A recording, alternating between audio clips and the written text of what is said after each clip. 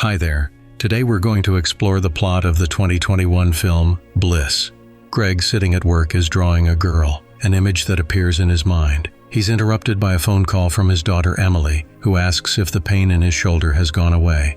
Greg replies that he's taking the medication prescribed to him. Emily then invites him to a graduation dinner. The problem is that Greg hardly communicates with his ex-wife, and he doesn't want their strained relationship to ruin the evening.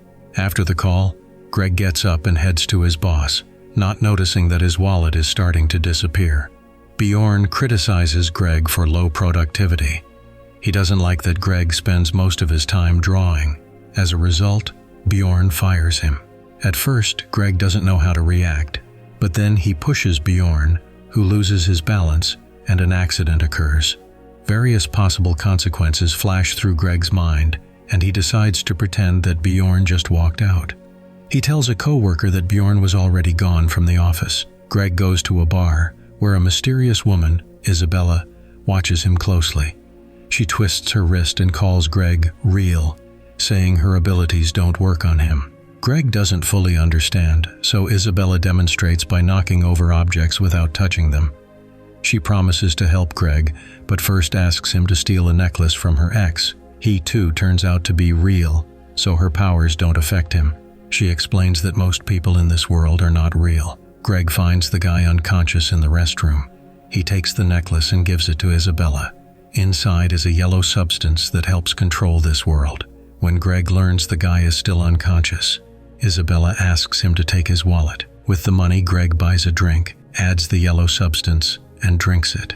Isabella gets rid of Bjorn's body. Now everyone believes he just walked away. But Greg has to stay off the radar, so he needs to sell his phone.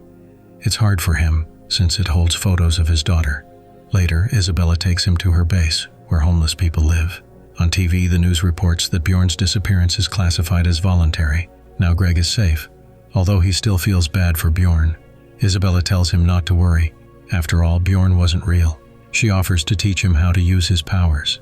She hands Greg a lighter, and he easily lights candles by simply waving his hand through the air. Isabella puts them out, and Greg does the same, this time without the lighter. It works. He shows her his drawings and says the images come from another life that appears in his mind. The next day, Emily visits her brother Arthur. She asks him to help find their father, but Arthur refuses, saying he doesn't respect Greg because of his constant excuses. Meanwhile, Greg continues using his powers, pushing people away. He feels sorry for them, but Isabella insists they're not real people. After performing at a party, they get a new idea: to steal clothes. As soon as they step outside, Greg sees himself being arrested by the police. A moment later, he's sitting in a car, while those wearing their clothes turn out to be homeless. After verifying their identities, the police let them go.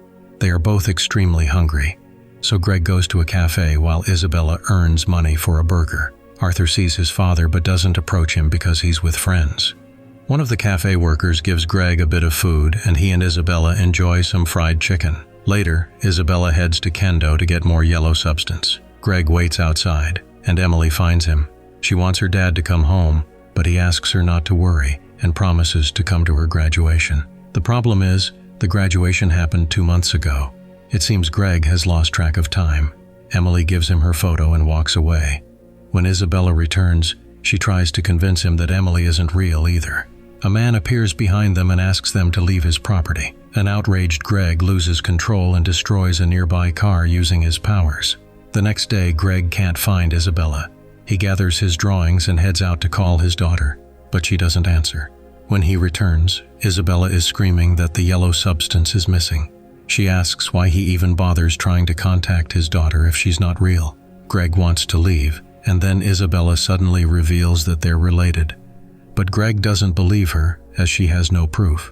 Then Isabella pulls out a blue substance, known to be capable of bringing someone into the real world. To get the full effect, they need 10 crystals, which they don't have. Still, she offers to try and see what happens. Suddenly, Greg finds himself in a room. There are other people nearby, including Isabella. A staff member wants to check his condition, but Isabella assures him everything's fine. They chose to exit the simulation voluntarily. She explains that everyone connected to the simulation is a real person. The rest are so-called FGPs. Greg looks at a monitor and sees his daughter listed in the bots category. Isabella shows him the real world, where people use a vast array of technologies. If someone doesn't want to leave their home, they simply send a digital copy of themselves instead. A man approaches them and disapproves of Isabella's experiments. She replies that she has full control of the situation. Greg doesn't understand why everything feels so unfamiliar. Isabella explains that this is due to memory loss, a common reaction after exiting the simulation. Over time, it will all come back. She shows him a house, the same one he once drew on paper. Meanwhile, Emily continues searching for her father. Evening falls, but Greg still hasn't regained his memories. Isabella believes it's because he exited the simulation without absorbing all the crystals. There's a chance his memory might never return, but Greg isn't bothered by this. He enjoys rediscovering the world anew. He wonders, was it always this beautiful? Isabella replies that people used to survive through poverty and ecological disasters. Everything changed after breakthroughs in synthetic biology and resource extraction using special devices. She pulls out a thought visualizer, which she says Greg himself invented. The screen shows how synthetic biology provided food for everyone in need, and the owner of the resource company became so wealthy that he began sharing his money with everyone. Since then, each citizen receives $500,000, and all hard labor is done by robots. People can do whatever they want, but there's a downside. They became bored too quickly. So Isabella decided to create a device that would allow people to feel again what it's like to live a hard life. They need to return to the simulation, but Greg wants to stay in this world for at least one more day. At a party, a man approaches him and hints that Isabella's experiments might be dangerous. He advises Greg to stay cautious. When Isabella asks what they talked about, Greg pretends it was just small talk. Emily is watching everything. A technician tells her not to approach Greg as he's in an unstable condition. While Greg sleeps, he dreams of another world. Isabella is speaking to an audience, presenting her developments. Greg answers questions. Then Isabella plays a recording, the same questions, but from before he entered the simulation. Back then he was irritated. Now he seems happy. Isabella asks if he misses anyone. Greg sees Emily but answers, no. Later he sees his daughter again, runs after her, and the world around him starts to shift. Emily hands him the yellow substance. Greg takes the crystals and uses his powers, affecting those around him. New people appear everywhere. The space transforms. Isabella suspects this is happening due to a lack of blue crystals. The simulation has begun leaking into the real world. To fix the situation, they need to take additional crystals, which means returning to the simulation. The system begins to malfunction. One of the technicians warns it could be dangerous, but Isabella ignores the warning. Inside the simulation, Greg sees Bjorn alive. Isabella yells that he was simply rebooted. Later they find Kendo, and she demands the crystals. When he reaches into his pocket, Isabella knocks him out, assuring Greg that he's still alive in the real world. Greg begins to doubt if she's telling the truth. There are only enough crystals for one person.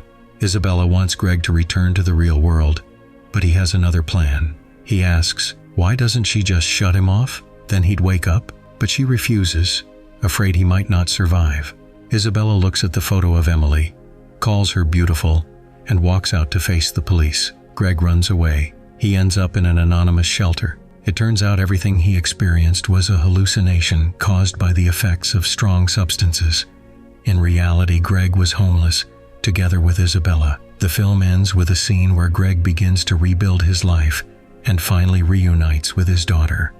Thank you for watching. If you enjoyed this recap, give it a like, leave a comment, and don't forget to subscribe to the channel.